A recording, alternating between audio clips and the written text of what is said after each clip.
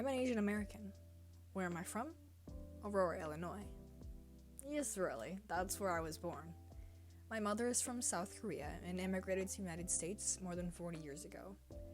We both find ourselves frequently getting called Chinese despite our true ethnicity. There are worse forms of racism to be experienced, but I'm sure most of us Asian Americans have heard the question, where are you really from, more times than we can count.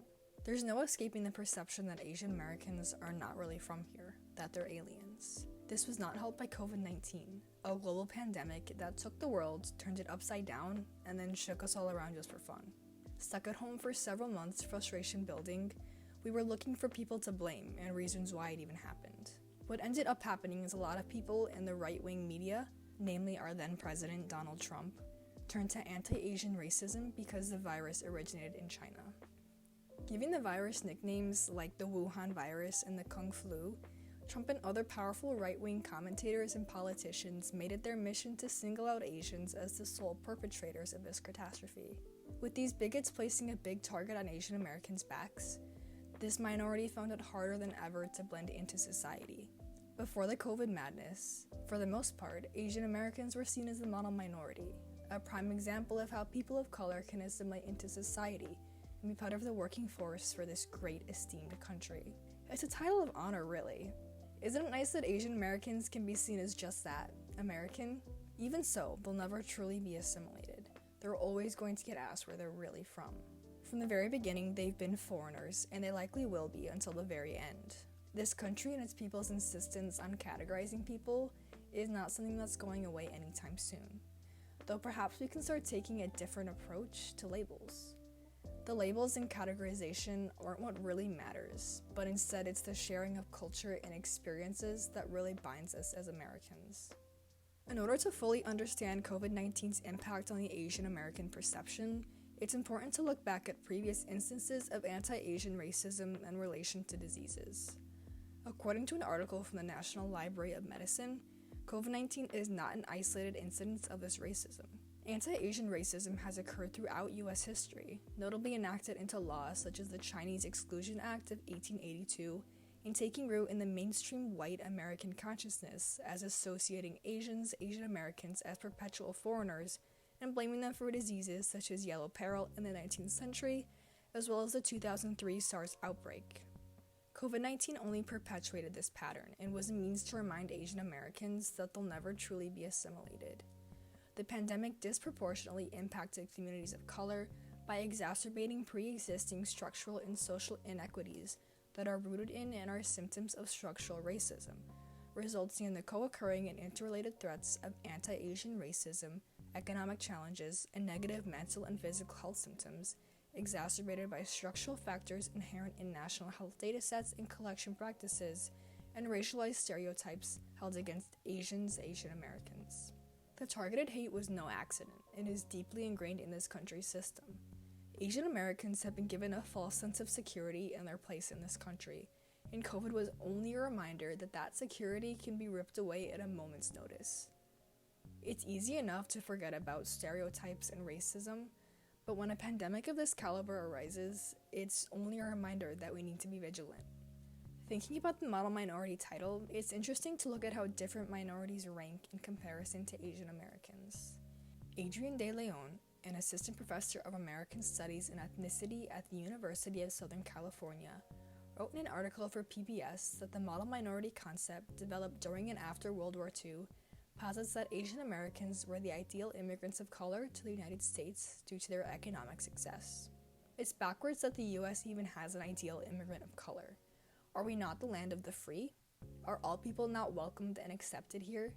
As Elaine Kim, a professor of Asian American and Asian diaspora studies at Berkeley explains, Asian Americans are frequently positioned as the racial minority that proves we have attained a colorblind society, since they have higher educational attainment and incomes than Latinos and African Americans, who have presumably not succeeded as well because of programs like affirmative action and bilingual education have made them lazy. Since Asian Americans can go to school and make a lot of money, there really is no such thing as racism. At least, that's what some people believe. As long as you work hard and make a living for yourself, then you're welcomed into society. While Asian Americans are looked at as this model minority that is everything a group of color should be, it's also used against other groups of color. Kim's journal article is even titled, "At Least You're Not Black," a shocking reality for people of color. The author talks about her experience as an Asian American and reflects on the times when people would tell her just that at least she's not black. To that, she says this: "While being encouraged to feel superior to African Americans, Asian Americans are being positioned in a racial hierarchy meant to perpetuate white privilege at the expense of both Asian and African Americans. To white Americans, Asian Americans serve as docile, honorary white people whose very existence proves that other people of color are lazy and stupid. There's no escaping the categorization of people of color. We're either good people of color or we're bad people of color. White Americans get to choose where to place us, and their labels ultimately create tension and conflict between the groups. One example of this is the Los Angeles uprisings, where Black Americans and Korean Americans were seemingly pitted against each other. Black Americans were upset that newly immigrated Koreans seemed to be taking all the jobs and credit for building their community, and that's what was publicized. However, the various goodwill efforts between these communities were kept out of the news for the sake of a more entertaining story. Peace and civility don't make for a good story, but two disadvantaged groups of color at war with one another? No, that's a story. White Americans control the story and control what the country at large gets to see. They're the primary voice for the US, and it's important to be wary of the information that they feed us. It should go without saying, but the media doesn't always tell us the whole truth, especially when it comes to race relations. Some media commentators would have us believe that all races are created equal, and that we all have equal opportunities, but that simply isn't true. Gary Wong, a senior marketing manager for NPR, explains why the idea of model minority is a myth. It's less a celebration of our accomplishments and more of a convenient tool to mask ongoing discrimination and systemic inequality.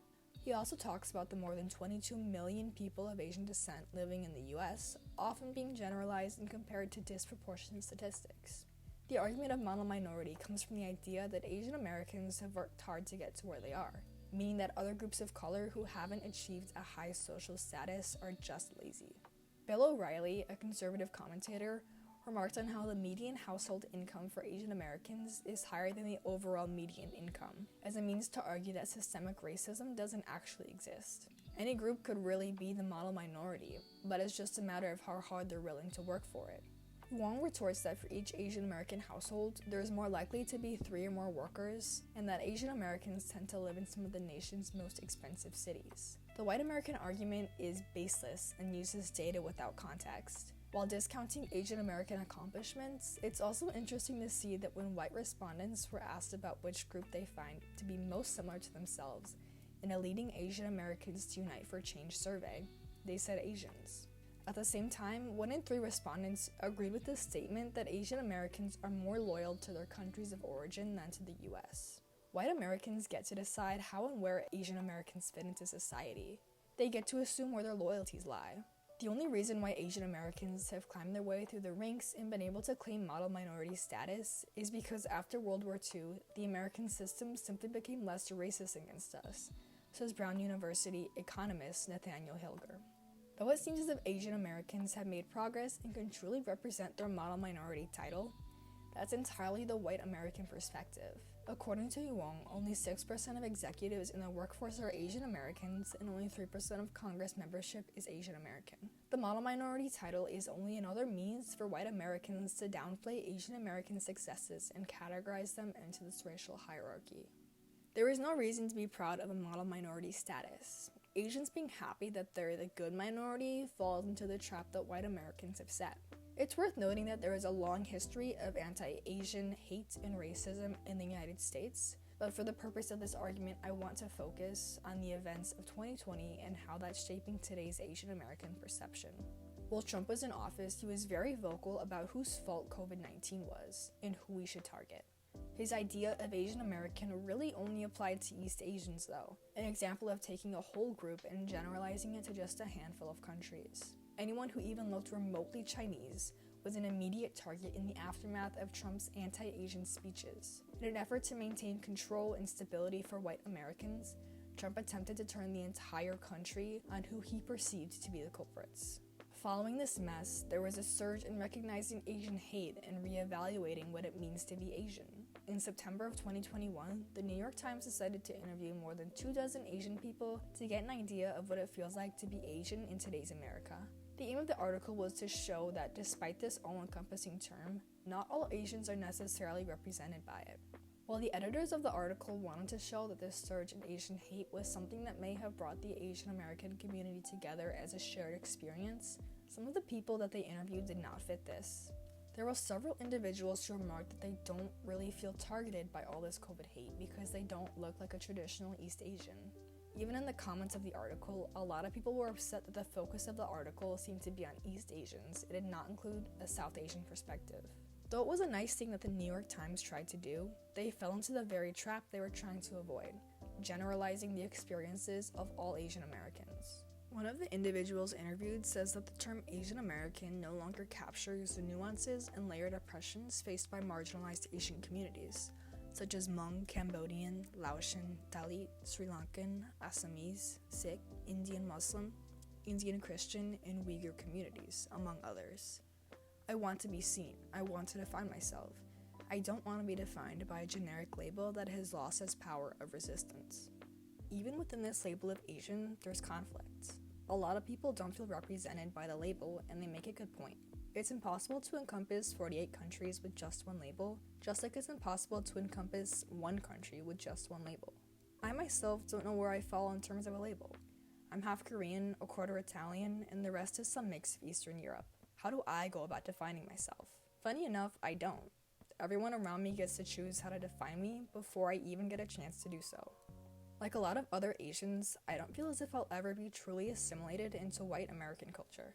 Despite the fact that I was born and raised here, a true 100% American girl, white Americans will continue to see me as this nondescript Asian girl that's not really from here. And to my fellow Asians, I feel like an imposter.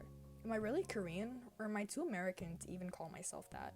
One of my Korean friends told me once that I don't even look Korean. How is that possible? Why do others get to decide who we are? Why do we let them? Who do these labels serve anyway? What's the point? With such a narrow focus on titles and categorization, we forget what it means to be part of a community and share in culture. J. Caspian Kang, born to Korean immigrants and raised in predominantly white communities, is outspoken about the ridiculous nature of these labels. His most recent book, The Loneliest Americans, itself is a question of why we accept the political identities that are given to us. Is there a way we can think about our lives to try and create better political possibilities that we might not have thought of before? A lot of people spend most of their youth trying to figure out who they are and where they belong in society. This can be an especially challenging thing to do in the US, when we are constantly being told where we belong and only seeing certain groups of color in power. Our identities don't have to fall within the boxes already created for us by generations of bigotry. King doesn't see the value in the broad umbrella term that Asian American is. He argues that immigrant will work better, that we should be defining ourselves more so by ideas and by shared experiences, rather than this term that evokes a shared history of xenophobia and discrimination that goes back more than a century. As he puts it, if you go to a Korean restaurant in Los Angeles and go into the kitchen, you're going to see some Mexican and El Salvadoran dudes talking to Korean dudes and some mix of Korean and Spanish. Those types of examples are everywhere. If we can create a capacious idea of identity that includes those types of moments, that's a much stronger form of identity and will make people feel more politically active than this term that we seem to argue about what it actually means. There's no point in trying to define ourselves with such a politically divisive word. These categories only serve to reinforce the racial hierarchy and keep us thinking about race in a clear-cut way. There is no one way to define ourselves or to consider race. A person's ethnic makeup spans generations of story and culture that is impossible to encompass in a single word. Traditional white Americans, most often right-wing, could argue that these labels are important, that they give us a sense of identity and purpose. I found myself identifying as Korean and as American, and letting those labels represent me. It's true that we like to be able to categorize and have clearly defined identities. We spend so much of our time trying to figure out who we truly are, and the labels can help with that. A lot of US history is intertwined with interregional conflict, and labels help to organize that chaos and maintain order. We like to think of conflict in a black and white way. This is who's on one side, and this is who's on the other. It's ridiculous to suggest that labels serve no purpose. If we do away with labels, we'll be raising our children with no concept of order and stability. If everyone gets to choose what they want to be, how will we know what's true? A white child will look at an Asian child and see that they are not the same, and that's what the labels are for, to explain that difference. I'm not saying we have to do away with labels entirely, but instead of simply attaching a label to our identity, we should reflect on who they truly serve. Labels can exist, but they shouldn't define our identities because that can be harmful. It's easier to say I'm Korean American than explain my family's life story to someone who's just curious about where I'm from. At the same time, I'm not really from Korea, I'm from the US. The best way to connect with other people that are curious about your culture and heritage would be to share your experiences and share your history with them. It's easy to dismiss a person's identity when we already have this idea of what they're supposed to be. It's time we challenge the traditional idea of identity and rethink our habit of labeling.